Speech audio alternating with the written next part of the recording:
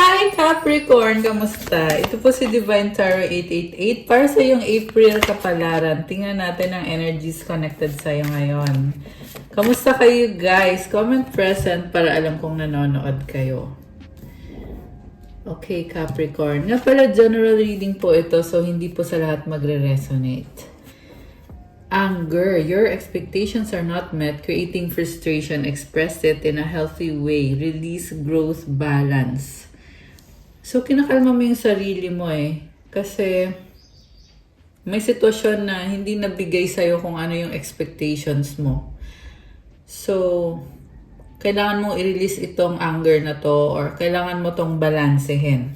Okay, mukhang yun na nga yung ginagawa mo. Kasi si Capricorn ay hindi naman talaga yan matapang. I mean, hindi matapang in a sense na hindi nagagalit ng basta-basta. Okay. Seductive allure. Instant gratification blinds you to the consequences. Craving promises hidden. Okay. So, I feel like may expectation ka connected sa isang tao na hindi nangyari yung expectation mo. The unknown uncertainty is the only certainty there is. Surrender, curiosity, and faith. Okay, so habaan mo ang pasensya mo kasi mukhang feeling mo ngayon walang ibang makakatulong sa'yo but yung sarili mo lang. So have faith. Arrogance, not seeing flaws, hinders growth. No limits to learn and improve. Humility, awareness, growth. Okay, mukhang marami kang mga lessons ngayon. Pwede itong connected sa career mo, pwede din naman sa love life mo. Close-minded, unwilling to consider other perspectives or entertain new ideas. Be more open, openness, receptivity. Okay. So, mga advice na kaagad to. Kuha tayo ng mga love energies. Okay. Unseen love can be blind. Ensure you're not overlooking red flags. Pinaasa ka talaga nitong person na to. True love, a deep and enduring connection going beyond superficial attraction. So may pagmamahal pero walang trust Kasi yung taong kadil mo ay nakamaskara. So hindi ka sigurado kung totoo ba to, hindi. Perfections, love is a beautiful mess, embrace its imperfections. So, nagkaroon ng other party. Tingnan natin. Trust, guard your heart, not everyone deserves your trust. Ito na nga, nagkaroon siya ng other party. Secrets, something is hidden from you, someone isn't being truthful. Grabe naman. So, may tinatagong ibang relationship itong person na to. Pero, minahal niya naman ang isa't isa sa totoo lang. And, siguro tinolerate mo siya. Mukhang tinolerate mo. Kahit hindi ka sigurado, pero sinubukan mo. And, sa huli, problem pa rin yung trust. Okay? So, wait. Tingnan ko from my Romance Angels Oracle. Express your love. Go ahead and make the romantic gesture. You deserve love. You are lovable. This could be the one you've already met, the romantic partner you seek. Alam mo, nakita ko dito, sobrang in love ka sa taong yan. Kahit, ayun na nga, may iba kasing parting involved dito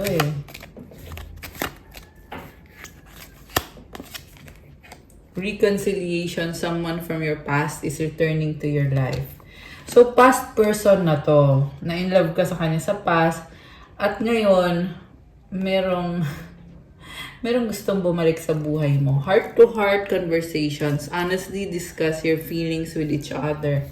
Kasi kailangan yung mag-usap. Okay. Kailangan mo i-express yung mga nararamdaman mo. Nasasaktan ka ngayon Kasi hindi mo nalabas hindi mo nasabi lahat. At gusto mong sabihin, gusto mong i-process yung mga bagay-bagay. Healing family issues, your love life benefits as you forgive your parents. Forgiving and learning, as you release and heal the past, you experience more love in your present moments. Okay, may family dito. Ayan, nag-uusap-usap. Worth waiting for, divine timing is at work in your love life. Okay, merong ikakasal. Oh, ayan, engagement. Your love life is ascending to a higher level of commitment. So, mukhang tanggap naman ng family mo to kung sino tong taong papakasalan mo. Again guys, general reading to, hindi to sa lahat. Huwag kayong magalit sa akin kung sabihin niya na hindi ka pa engage. Pero ito, kung sino man to, engage ka na or magiging engage ka soon at merong pag-uusap sa mga pamilya ninyo. Pero kailangan maghintay. Separation. Time apart from your partner is on the horizon. Pwede tong, kaya kayong maghihintay kasi kailangan niyang magtrabaho, kailangan niyang lumayo. Saglit. With this separation card, hindi kayo magkakasama for a while. It's safe for you to love, open your heart to give and receive the highest energy of all. So, parang naunawaan mo kasi yung sitwasyon na kailangan separate muna kayo physically. Ibig sabihin, hindi ka magkakasama. Pero, may mga plans na kayo. May wedding plans. At, mukhang tanggap na ng pamilya mo or ng pamilya ninyong dalawa pareho. Itong connection na to. Okay. Maraming pag-uusap. So, kanina may nasagap tayo ng mga problems, mga secrets. So, tingnan natin ha, kasi gamitin ko yung tarot cards ko. Tingnan natin kung meron pa rin ba yung mga trust issue na yan. Okay. Ayan. Tingnan natin yung nasa past, present, and sa near future. Nga pala, like po ng video, comment kung kilala nyo na ba ako or kung bago ba kayo sa channel na to. Let me know para masagap natin yung kwento ng buhay mo dito sa mga readings na ginagawa natin. Pero kung hindi naman po kayo interesado sa ganitong klase ng video, huwag nyo na pong panoorin. Pero kung gusto nyo yung paraan kung paano ako nagre-reading, please subscribe. Okay, we have Queen of Swords. Anong nangyari sa'yo? So, sabi dito, natuto ka na, hindi ka na maloloko. Parang malamig ka sa kanya or mas ginagamit mo lang talaga yung utak mo ngayon. Hindi ka na magpapaloko. Queen of Rods. Eight of Cups. Nagkaroon ng third party dito eh. So, ngayon nakikita ko nag-a-adjust ka at natatauhan ka na mas mahalaga na huwag iasa sa iba yung happiness mo.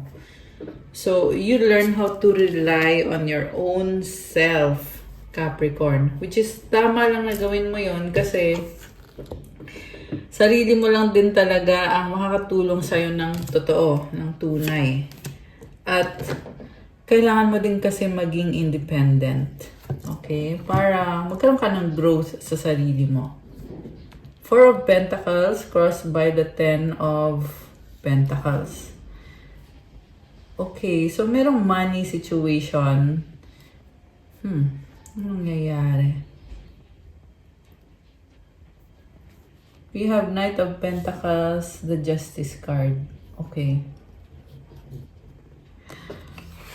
I feel like meron kayong financial issues ngayon. Pero sabi dito kasi strong ka. So, andun yung feeling na kaya ko ba to? Malalampasan ko ba to? And at the same time, kailangan mong i-push yung sarili mo. Sabi naman dito, ito kasi yung nasa taas ay Justice card. So, ikaw to, Capricorn, you are strong, you are a leader. Pero, meron na something dito na nagde-delay sa'yo or parang feeling mo ang bagal ng movement. Or hindi umuusad. Okay, pero, you have King of Cups, Six of Rods. So, may person dito. So, yes, mahal ka nitong taong to at masaya siya sa'yo. Pero, I feel like mas priority nyo kasi yung trabaho nyo. Yung victory, success. This is your soulmate. And merong someone workaholic. I feel like ikaw yon. Sobrang workaholic. With the devil card, nakastuck eh. So, nasa-stress ka na. Sobrang serious mo sa trabaho. Kakatrabaho mo yan. And parang feeling mo stuck ka or stagnant ka dahil sa work situation mo. Or kung anong situation man to na kailangan mong ayusin. Ayan, parang nakastuck eh. Seven of Pentacles, Four of Rods. You're waiting. Actually, balance naman is stable. Kaso lang hinihintay mo na magkaroon ng changes, ng progress sa finances mo, financial growth. Okay. So, I feel like ang kailangan mong gawin dito is kailangan mong kumilos. Kasi naghihintay ka eh, pero kailangan mo pang mag-effort. Okay? The World card is here with the King of Pentacles. This is an ending of a cycle and the beginning of a new cycle. Siguro feeling mo cycle na lang lahat kaya nakakapagod pa ulit-ulit. Parang feeling mo na wala ng growth. Hierophant and the Nine of Cups. Strong ka pero nababagalan ka sa mga, especially yung sa finances mo, sa career mo. Okay, tingnan natin. Two of Rods, Knight of Swords, and the Page of Rods. Okay. So, pagod ka na. Ace of Pentacles. Okay, ito, dadating naman yung hinihintay mong pag-level up. Actually, mataas ang ambition mo, sabi dito. And you're getting impatient. No? Napagod ka, kakahintay. Pero dadating naman, ayan, Wheel of Fortune, the Chariot, and the Ace of Rods. So, pag dumating na tong blessing na to, magtutuloy-tuloy yan. Ayan, Wheel of Fortune. So, it will turn your life around. Ace of Rods, the Chariot, forward movement, mabilis na movement. The Hangman, the Empress. Two of Pentacles. Sacrifice. Kailangan mag-sacrifice. Okay. Tingnan natin. Sino tong person na ka-deal mo? Sabi dito, mahal ka nitong taong to. Water sign, Cancer, Pisces, Scorpio. Although kahit anong sign naman pwede. Tingnan natin. Sino tong si... Oh, Eight of Cups. May pagtalikod. Three of Pentacles. Kung nag-break up kayo, Five of Cups, malungkot siya ngayon.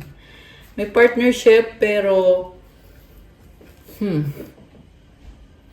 Nagtatampo ba to? Or... Kasi tumalikod eh. Natatawa ako. Ayan o, tumalikod siya. So, dati, sobra siyang invested sa'yo. Pero ngayon... Ito, sobra siyang nangihinayang at priority na lang yung sarili niya. Okay? Pero mahal ka nitong taong to. Ano bang nangyari? Ba't nagtatampuhan? Judgment. Okay. Kasi dahil sa pagbabago, Seven of Rods. Queen of Cups and the Nine of Rods.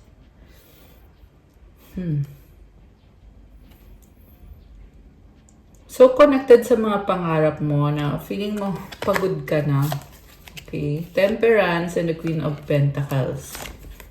Five of Pentacles. So, supportive naman itong person na to. Mahal ka niya, oo. Supportive siya. Very practical. Earth sign, Capricorn, Taurus, Virgo. Although this can be any sign. Kaso lang, financially, down talaga. Okay. Pero tingnan natin na. 3 of Cups. 9 of Pentacles. So, yeah, may mga changes na kailangan mong gawin, especially sa trabaho, sa finances. And yeah, mukhang meron din tutulong sa'yo ng mga tao. The Sun and the Fool. Naliliwanagan ka and you are going to take action. Roles can be reversed. Pwede itong energy nitong person mo. Okay, the Emperor is an action taker. 8 of Rods, 5 of Rods. Ayan, magta-try ulit. So, siguro masabi ko lang, medyo pagod ka ngayon eh. Pero, mag-try ka ulit. Kasi, ang ganda ng energy mo dito, Emperor, the Sun, and the Fool. Ayan o. So, may bagong simula. Okay? And you are taking the leap of faith. 8 of Rods. Maraming ganap, maraming nangyayari.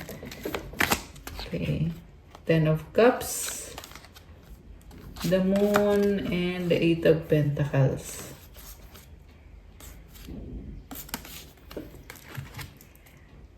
Six of Swords, 8 of Swords. So, nakikita ko, mahal ka nga nitong person na to, pero emotionally ready siya, pero financially hindi siya ready. Ayan, tingnan mo. Ayan, ito yun eh, yung emosyon, ready. Yung finances hindi pa. And nakafocus talaga sa trabaho at naghihintay itong person na to. Iniisip ka niya eh, with this Moon card, sobrang overwhelming yung emosyon itong taong to. Okay.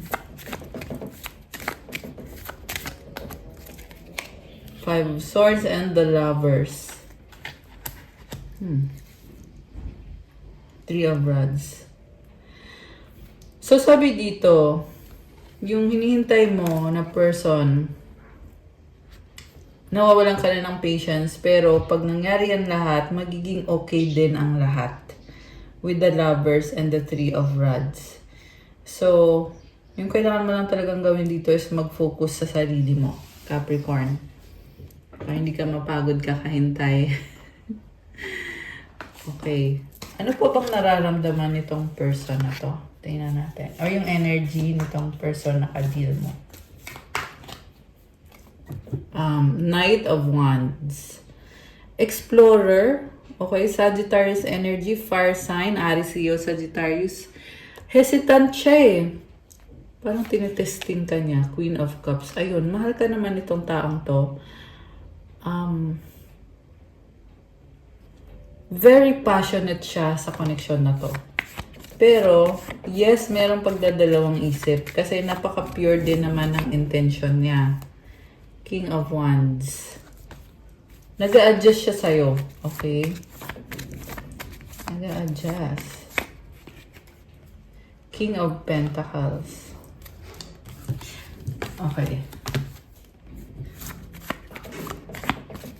Anong pinaka-energy ngayon nitong person na to? King of Swords. Air sign, Gemini, Libra, Aquarius, King of Pentacles. Parang wala kayong kibuan, dalawa. Masyadong serious. Ba't ganon? Okay. King of Wands, attraction. Queen of Cups. Sabi dito, gagawin niya lahat para sa'yo. Wow naman! Okay. Queen of Wands. Very charming. Empress. Grabe, mahal ka niya, oh.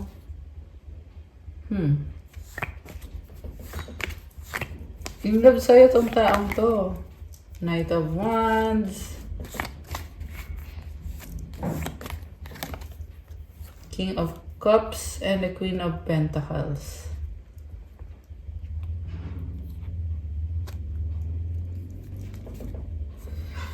So, may nakita ko dito na codependent kind of connection. Pero mahal ka niya eh. Mahal ka niya, romantic siya sa'yo. Ikaw yung medyo malamig sa kanya. Okay? Sobrang romantic. And andun din yung nagtutulungan kayo. Tinutulungan niyo isa't isa. Okay. So, kuha tayo ng mga message galing sa person na ka-deal na.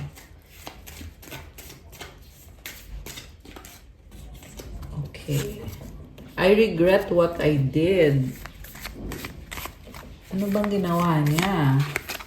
I need your time and commitment. I have something to tell you.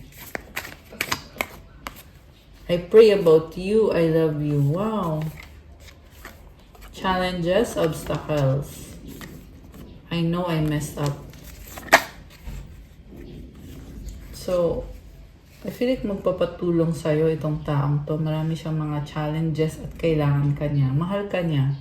I need you to make the first move. Ano pa? You give me strength. People don't believe in me. Sa'yo siya umaasa eh.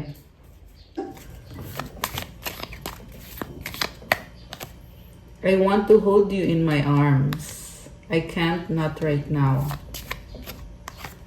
Are you thinking about me? Now is not the time. I love you to the moon and back 1,000,000 times. Wow! I wish we could be together but it's complicated. I want you.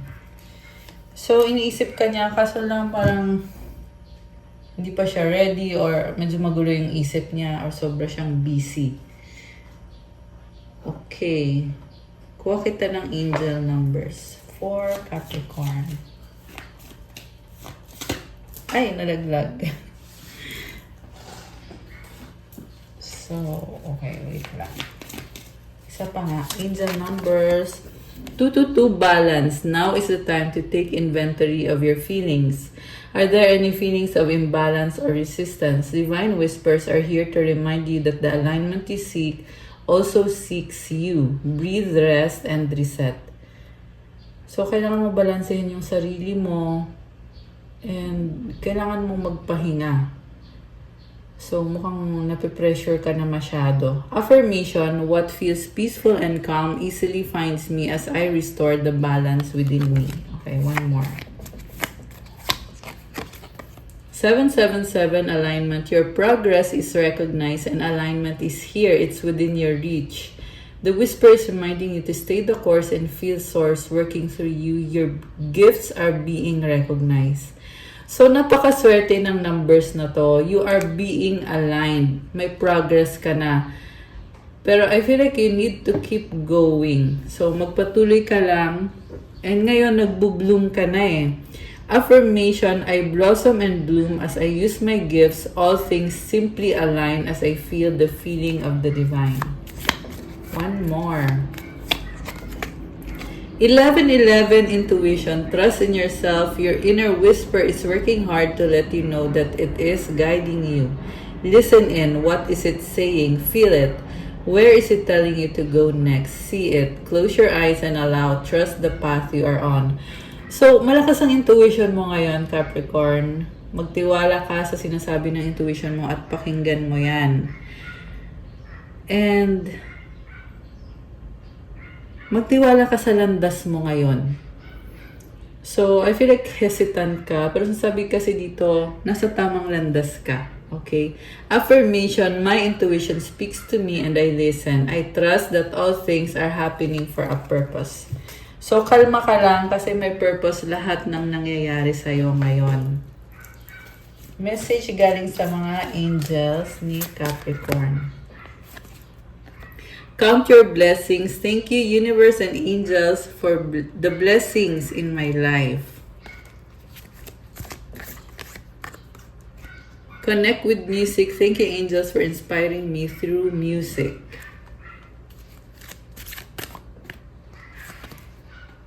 Open your heart, Archangel Chamuel. Thank you, Chamuel, for removing the barriers around my heart.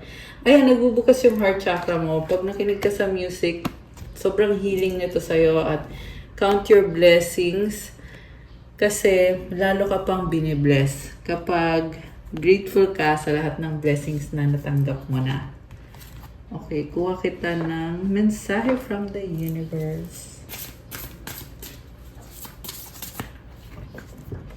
When I lean on certainty and faith, I change my mind about the world I see. So magtiwala ka and have faith.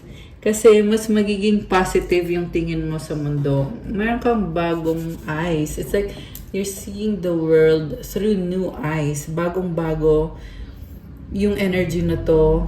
Mas magaan, mas maliwanag. And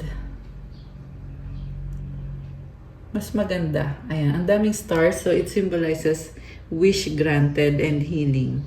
Ayan. Okay, guys. That's all I have for you, Capricorn. For your April kapalaran, please like, comment, subscribe, hit the notification bell. Kung kailangan nyo ng gabay, pwede kayo magpa-private reading. Message nyo ako sa Viber or sa WhatsApp. Nasa description box po yung contact details. And check out my Instagram if you want to start your crystals journey. May mga iba-ibang crystal bracelets na meron po itong mga rituals and mantras at specific intentions. So, tingnan nyo na lang po doon. Nasa description box po yung link ng aking Instagram. At for the private reading, andyan na din po yung Viber ko tsaka yung WhatsApp. Thank you, Capricorn! I love you guys! Have a good day. God bless you all. Stay safe. See you again soon. Bye!